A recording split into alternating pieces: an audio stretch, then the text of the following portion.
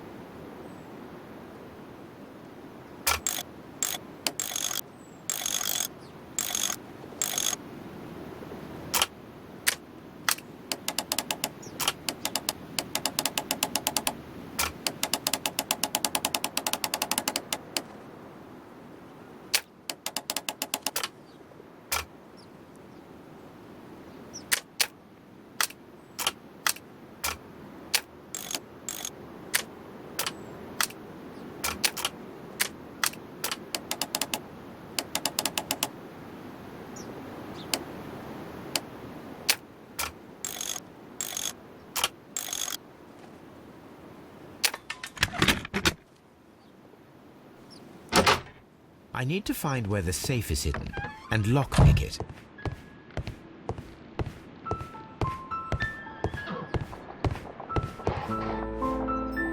This cupboard is an absolute mess.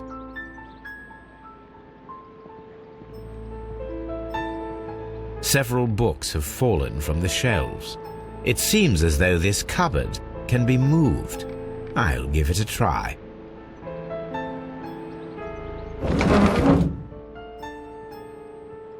So, that's the lock I must open tonight. Let me see.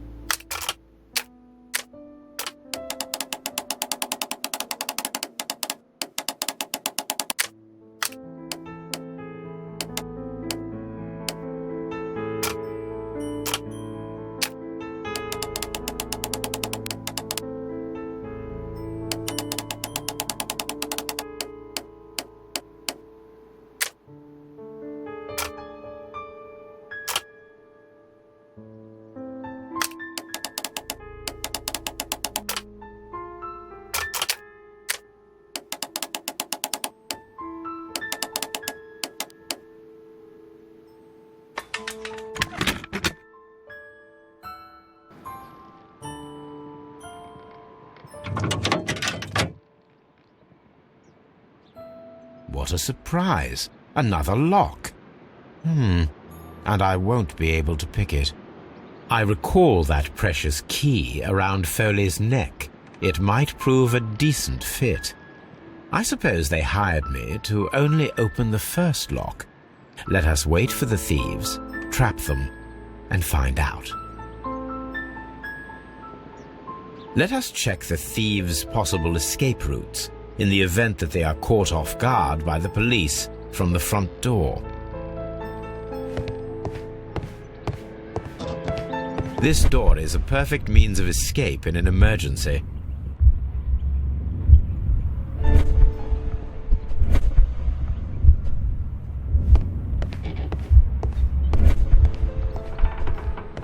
The ground floor window is a perfect way to escape the police.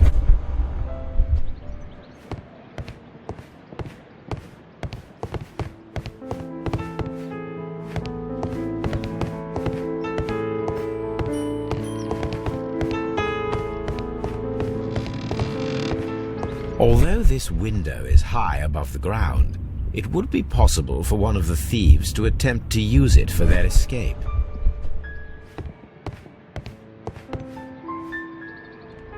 This should be useful.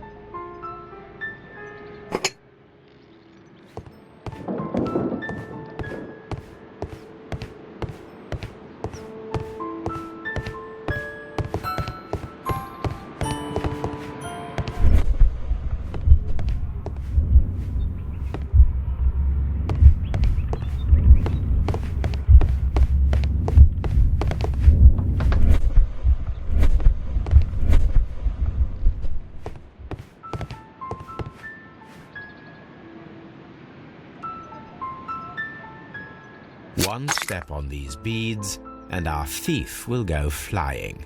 I should walk carefully here, else my plan will be ruined.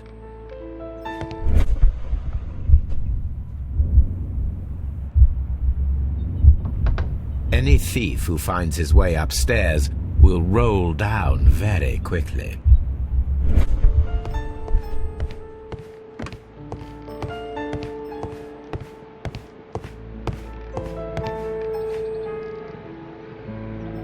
This works very well.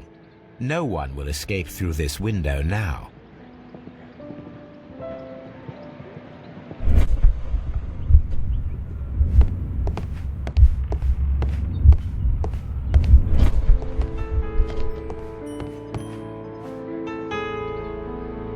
A solid rope.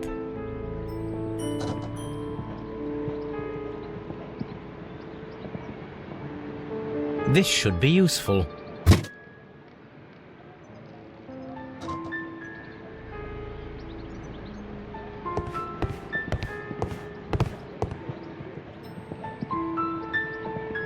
A solid rope.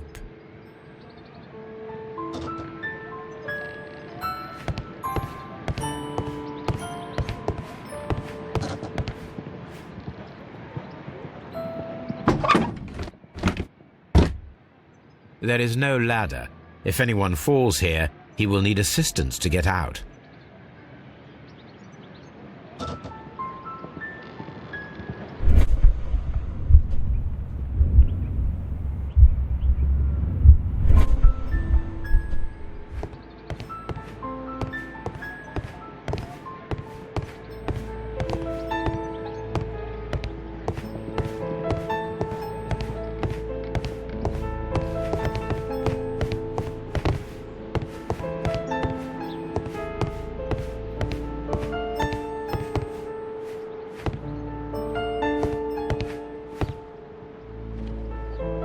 I suppose that the thieves already tried to open the lock with this formidable hammer, but they were unsuccessful. I wonder what this old chandelier is doing on the floor. It looks as though it was poorly attached.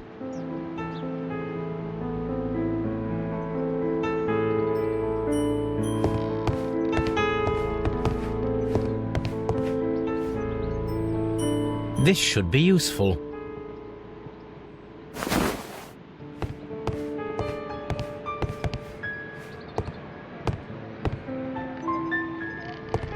Now, it's not an open hatch, just a nice carpet on the floor.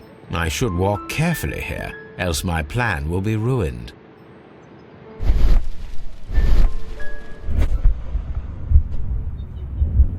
Now, if a thief runs through the kitchen, he'll pay a surprise visit to the cellar.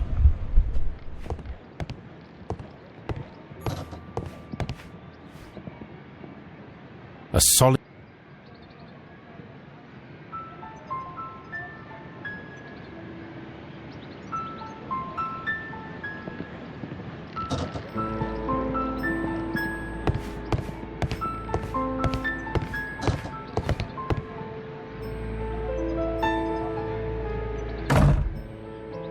The door is now blocked.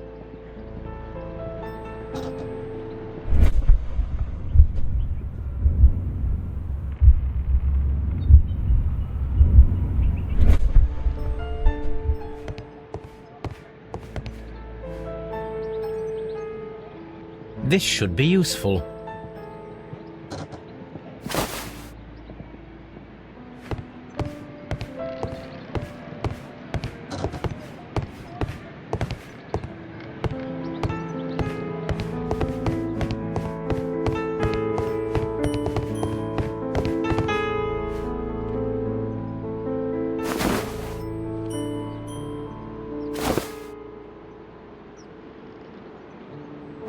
If anyone takes the hammer, the rope will uncoil and make the chandelier fall.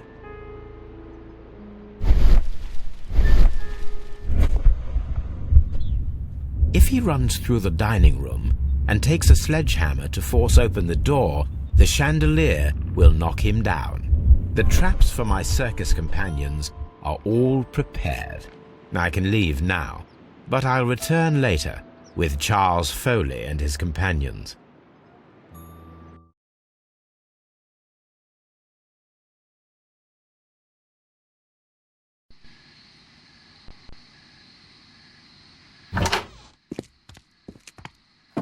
Police! Police!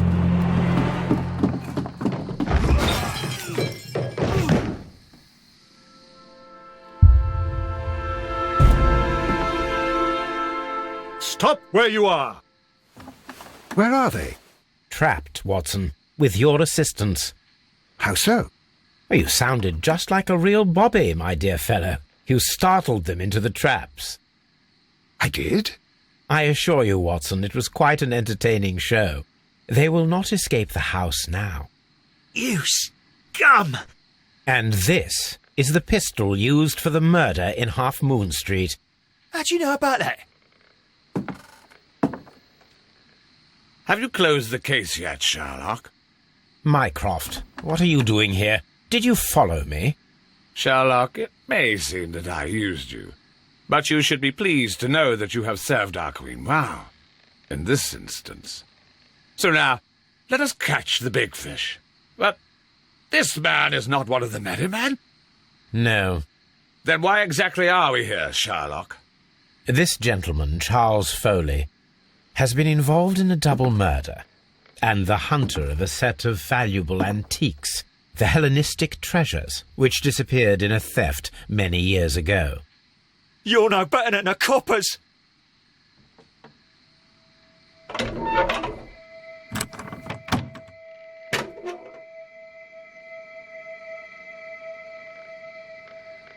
Holmes, that is incredible. The Hellenistic treasures. Indeed.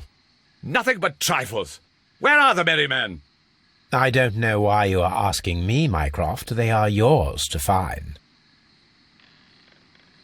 I'll see you soon, dear brother.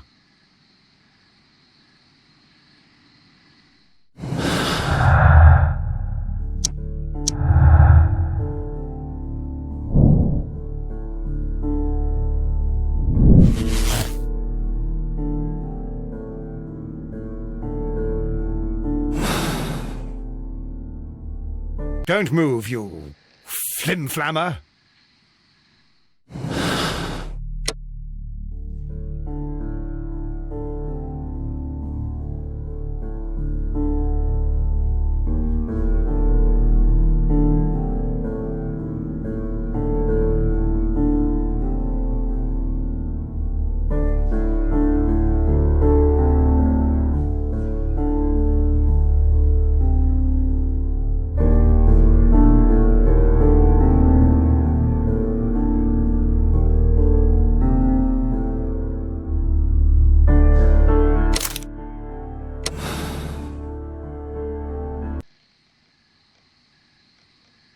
Charles Foley, you committed the crime of premeditated murder and of theft. You will be severely punished for your deeds. You are pitiful, you Scotland Yard dog. Save your words for the gallows. I'm sure the journalists will love them. I shall leave now, Watson. Gentlemen, please take our friends here into custody. Where are you going? I have unfinished business. I'll see you at Baker Street.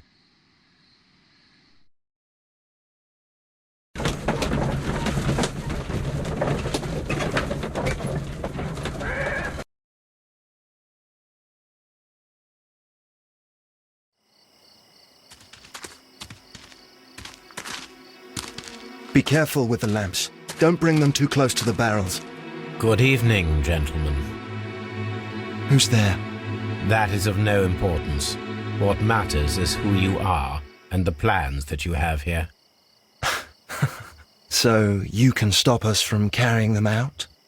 Eventually, yes. Hey, careful. You'll blow us all up. I'm listening. We are a group known as the Merry Men.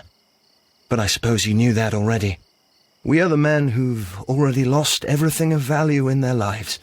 We are ruined shopkeepers. We are workers who were fired from their jobs, honest people who were robbed. We were forced out from our homes and thrown onto the street, and all of this in the name of the so-called law. The laws that were set out by our government.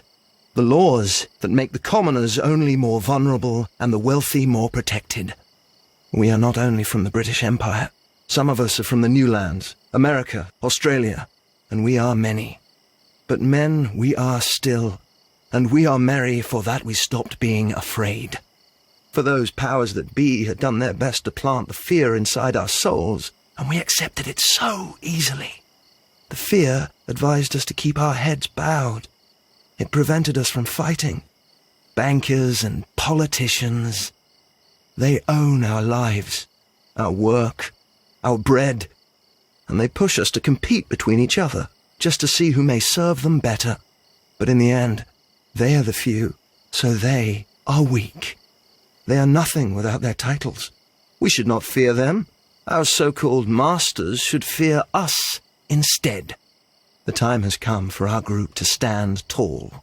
Our great and many merry men. We are going to blow up the London Stock Exchange. No life shall be lost. But ownerships, debts, and property titles? They shall all be destroyed. They're only papers, after all. So many people will be freed over this night. That is a radical step to take. What result do you truly expect? Chaos. But soon people will understand that they are free, and that they don't belong to anyone. They will be able to work for themselves, together, without letting the rulers dictate what to do, and finally justice will arise. What you are intending to do is a crime. It is not justice. How do you see justice, then? Kids go to prison for a loaf of dry bread. And how many lords do you see punished for stealing from their people, sending them to their deaths in mines or overseas to fight for land? Our masters wouldn't hear us. So now it's time to sing the song of the merry men. Will you let us do our duty?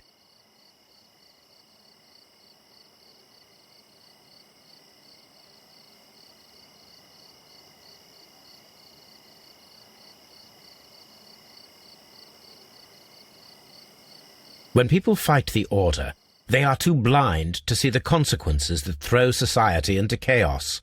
I shall stop your actions, but not you. Run. Now!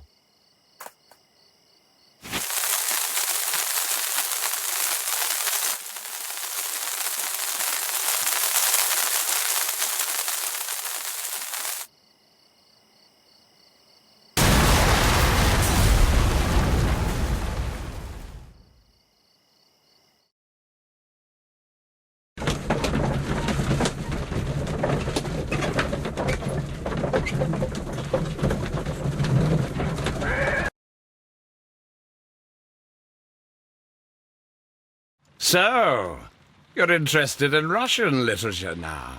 Quite, lately. It is an interesting book.